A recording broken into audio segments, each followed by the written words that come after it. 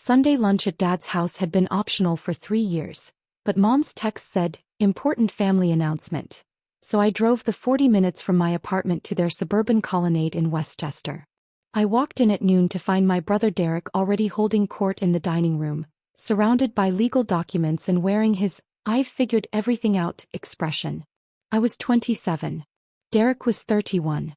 To our family, I was the daughter who'd never recovered from my car accident at 19, the one that shattered my hip and ended my dance scholarship to Juilliard. Derek was the entrepreneur, currently on his 5th startup attempt, all funded by Dad's increasingly reluctant investments.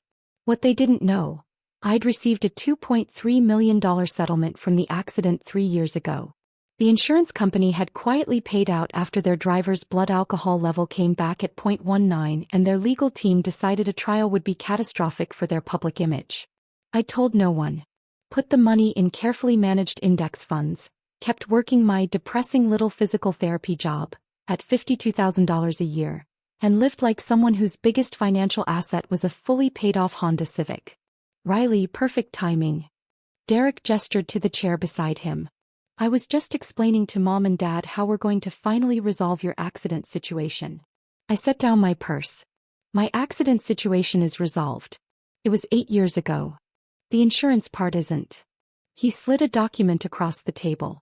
I've been working with a settlement recovery firm.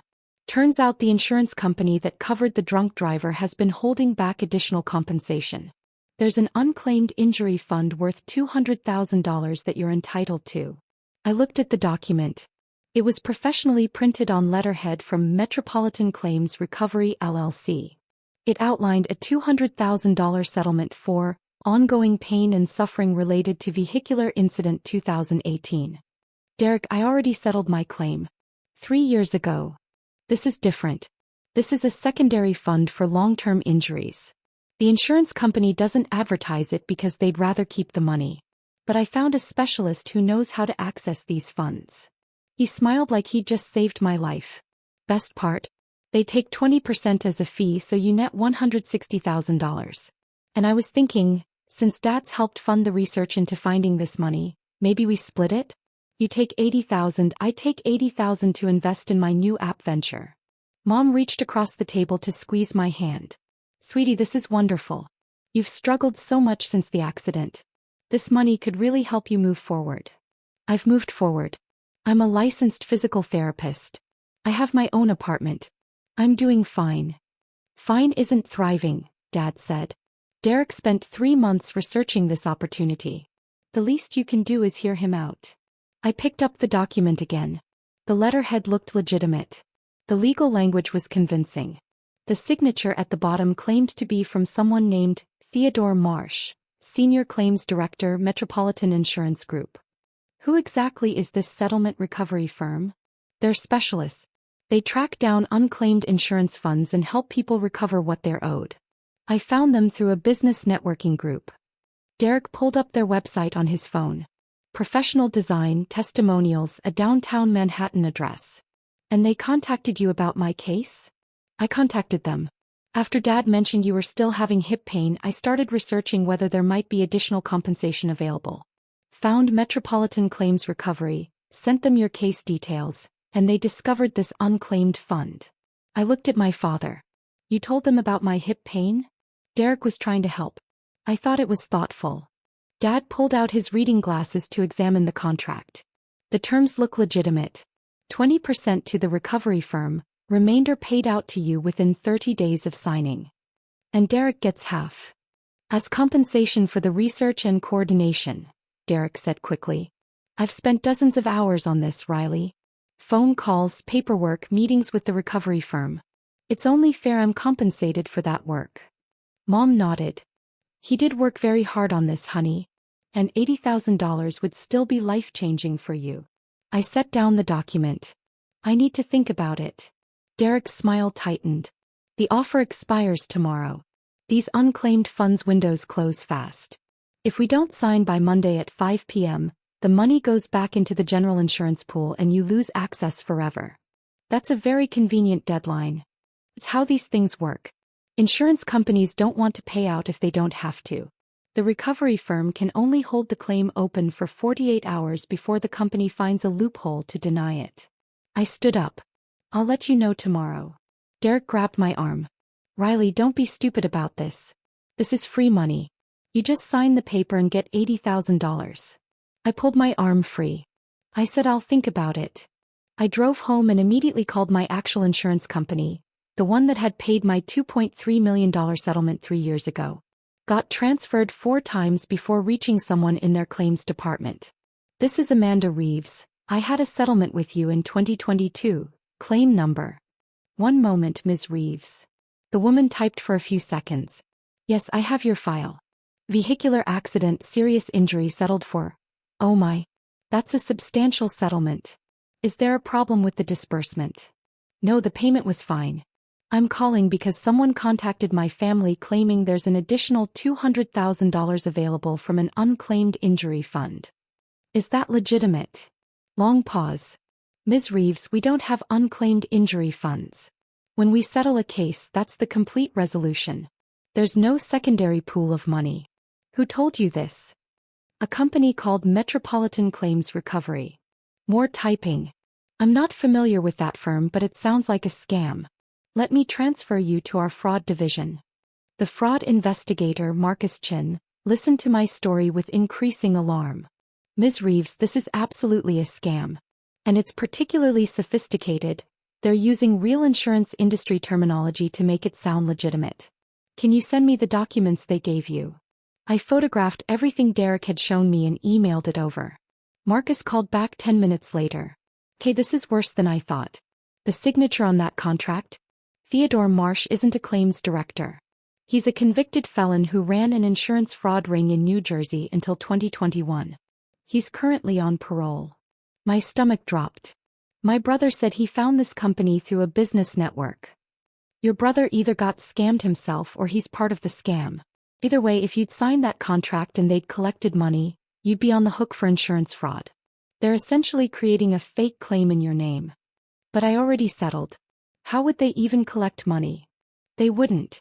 That's the beautiful part of the con. They get you to sign the paperwork and pay them their 20% recovery fee up front. That's $40,000. Then they tell you the insurance company denied the claim at the last minute. They keep your $40,000 and disappear. Your brother's split was probably contingent on you paying the recovery fee first. I sat down on my couch, phone pressed to my ear. He wanted me to pay $40,000 to get $80,000 back? Classic advance fee fraud. And because it's structured as a legitimate recovery service, victims often don't realize they've been scammed until months later. By then, the company has dissolved and reformed under a new name. What do I do? Don't sign anything. And if your brother persists, you might want to report this to local police. If he's actively recruiting victims for this scam, he could be facing serious charges. I didn't sleep that night. Kept thinking about Derek's face when he'd presented the contract. The confidence. The casual assumption that I'd be grateful. Had he been scammed himself? Or was he deliberately trying to steal $40,000 from me? At 8 a.m. Monday, Derek called. Have you made a decision? We need to move fast. I called my insurance company. They said this is a scam. Silence. Then, Riley, of course they'd say that. They don't want to pay out additional funds.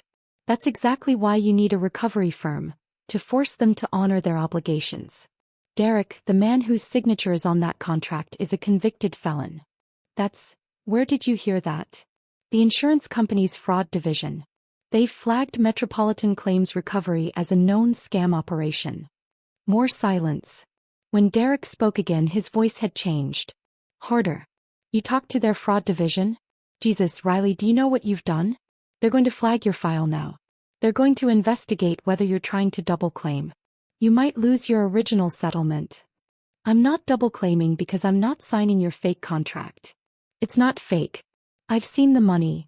People in my network have successfully recovered funds through this firm. Name one person. I can't disclose client information. Because they don't exist.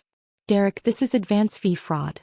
They were going to charge me $40,000 up front, then tell me the claim was denied. You and I would both lose our money and they'd disappear. You don't understand how these things work.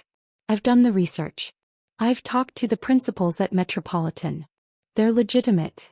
The principal is named Theodore Marsh and he's on parole for insurance fraud. I heard Derek breathing on the other end of the line. Heard the moment his story collapsed. Okay, he said quietly.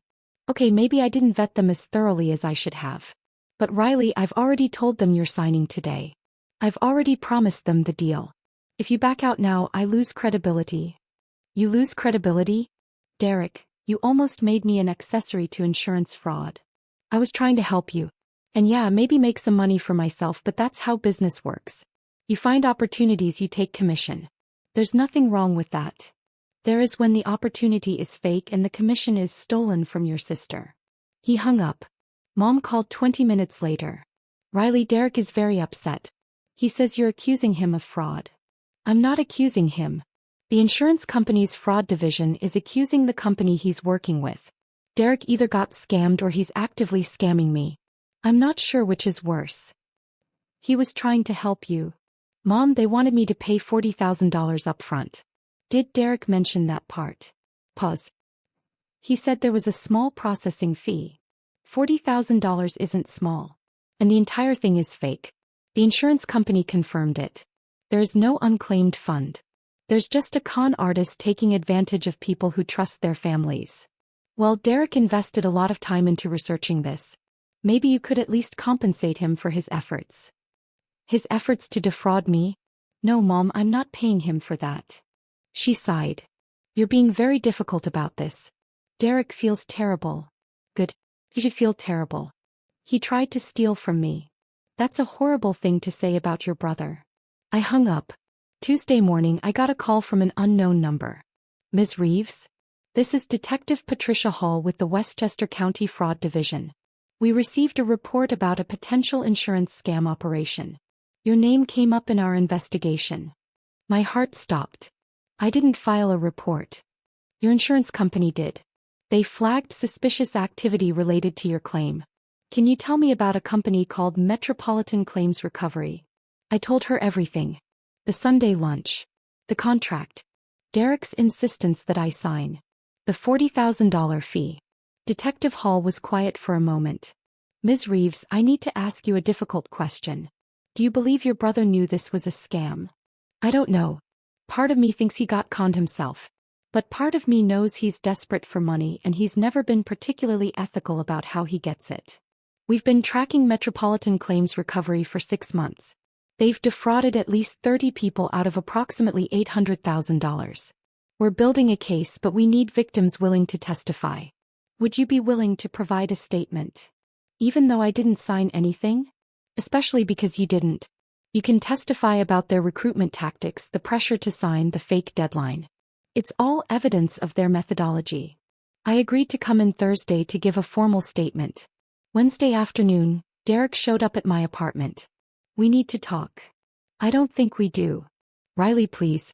The police called me. They're investigating Metropolitan. They think I'm part of the scam. He looked panicked. I'm not. I swear I'm not. I legitimately thought this was a real opportunity. You wanted to take $40,000 from me, Derek. As a fee. For research. That's how consultants work. Consultants don't pressure their clients into signing contracts with felons. He slumped against my doorframe. I'm so fucked. Dad's going to kill me. The police think I'm running a fraud ring. And I'm not. I'm just trying to make something work. Every business I start fails. Every investment Dad makes in me goes nowhere. I thought if I could just bring in one big win, prove I could actually execute something. So you decided to execute fraud. I didn't know it was fraud. The guy who recruited me into this seemed so legitimate.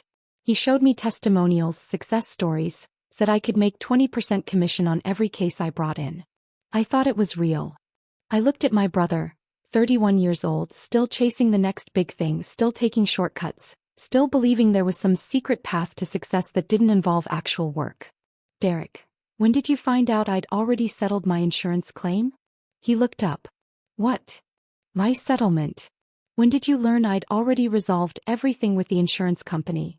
I don't know. I assumed you had some settlement, but I settled for $2.3 million 3 years ago. His face went white. That's impossible. It's not. The insurance company paid out in 2022. I've had the money invested ever since. But you work in physical therapy. You drive a Honda. Because I like my job and I like my car. The settlement money is invested. I live on my salary. It's called financial planning. He stared at me like I'd grown a second head. You've had $2.3 million for 3 years and you didn't tell anyone? I didn't tell anyone because I knew this exact thing would happen. Someone would try to take it. I'm your brother. You tried to scam me out of $40,000.